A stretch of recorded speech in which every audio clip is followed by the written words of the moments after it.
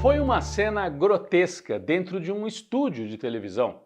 Durante o debate na campanha eleitoral de São Paulo, o candidato José Luiz da Atena, do PSDB, que é jornalista, apresentador de programas policiais na TV, atacou com uma cadeirada o adversário Pablo Marçal, o coach, que é do PRTB.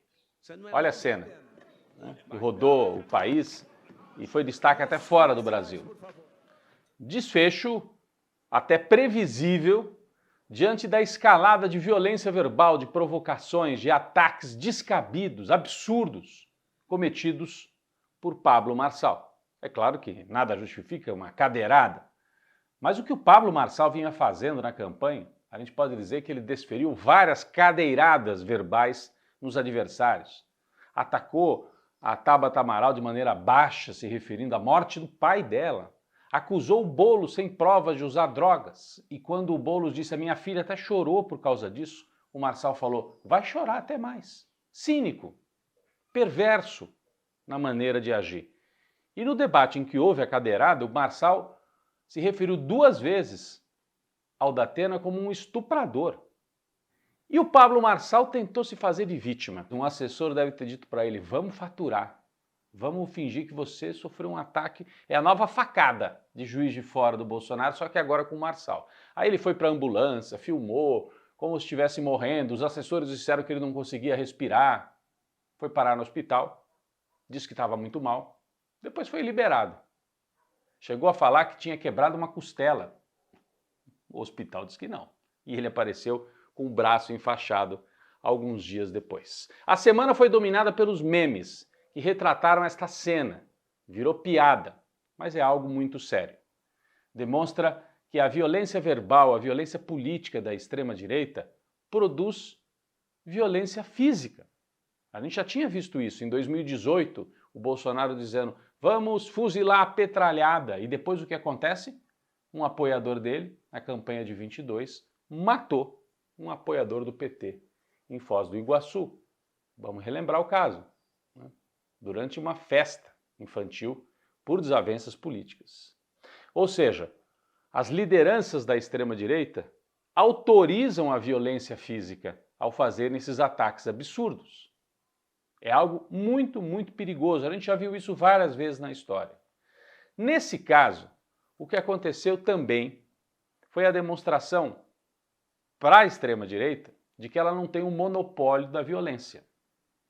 Se ela produz violência, violência verbal, violência física, em algum momento também pode virar vítima desta mesma violência. O Pablo Marçal sofreu com isso. Aliás, ele passa essa imagem de machão, super-homem, que pode tudo, que nada com os tubarões, que corre maratona, e tomou uma cadeirada, apanhou de um senhor de 70 anos. Isso também ajudou a desfazer um pouco a imagem dele. Bom, o resultado político. Pablo Marçal se desgastou por 2 motivos. Primeiro, porque as pessoas viram a sequência de insultos, como ele foi provocando, quase como se ele quisesse apanhar.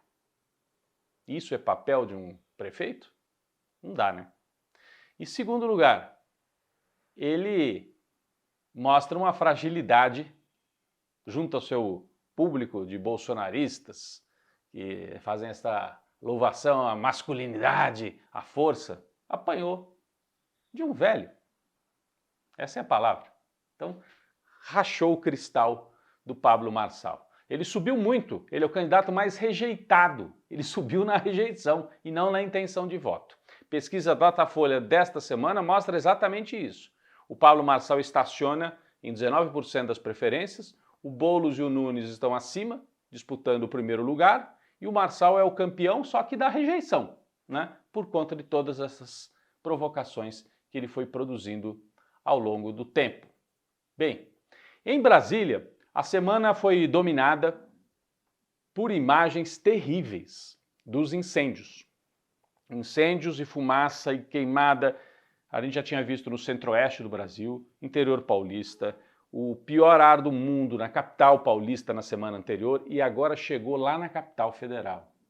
Olha esta imagem do incêndio se aproximando muito de uma casa no setor militar ali em Brasília, onde moram famílias de militares. Também incêndios em parques, em reservas florestais, muito próximas da sede dos três poderes. Não é à toa que o presidente Lula, com atraso, nós já cobramos isso aqui no Tempero da Notícia, finalmente reuniu o governo e trouxe também chefes dos outros poderes, legislativo, judiciário, para tomar uma ação conjunta. Porque o governo federal não informou corretamente a população sobre o que devia fazer e demorou para organizar, coordenar o combate aos incêndios. Em muitos casos são criminosos. São? Então põe a polícia em cima. Anuncia o que você está fazendo. Prende os criminosos. Só que não é só crime, é mudança ambiental climática no mundo e no Brasil, por conta de uma produção feita na base que a gente conhece, do agronegócio, bota fogo na plantação de cana-de-açúcar, como se isso tudo fosse muito normal, né? Então, tem que fazer uma reação coordenada. O governo, nesta reunião, anunciou 514 milhões de reais para combater os incêndios, para reforçar equipes, brigadas, equipamentos no norte do país, na Amazônia, na região do Cerrado, enfim, reforço de dinheiro. E reforçar a ideia de uma autoridade climática também, para evitar que isso aconteça de novo.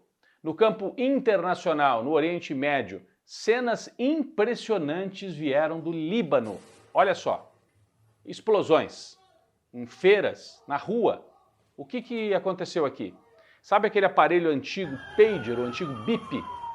Lá no Líbano, o pessoal do Hezbollah usa esse aparelho, porque o celular é arriscado, né? O Israel consegue rastrear. Então passaram a usar o pager, o bip. Explodiram. Vários, ao mesmo tempo, no mesmo dia. E depois, o walkie-talkies, aquele radinho, né?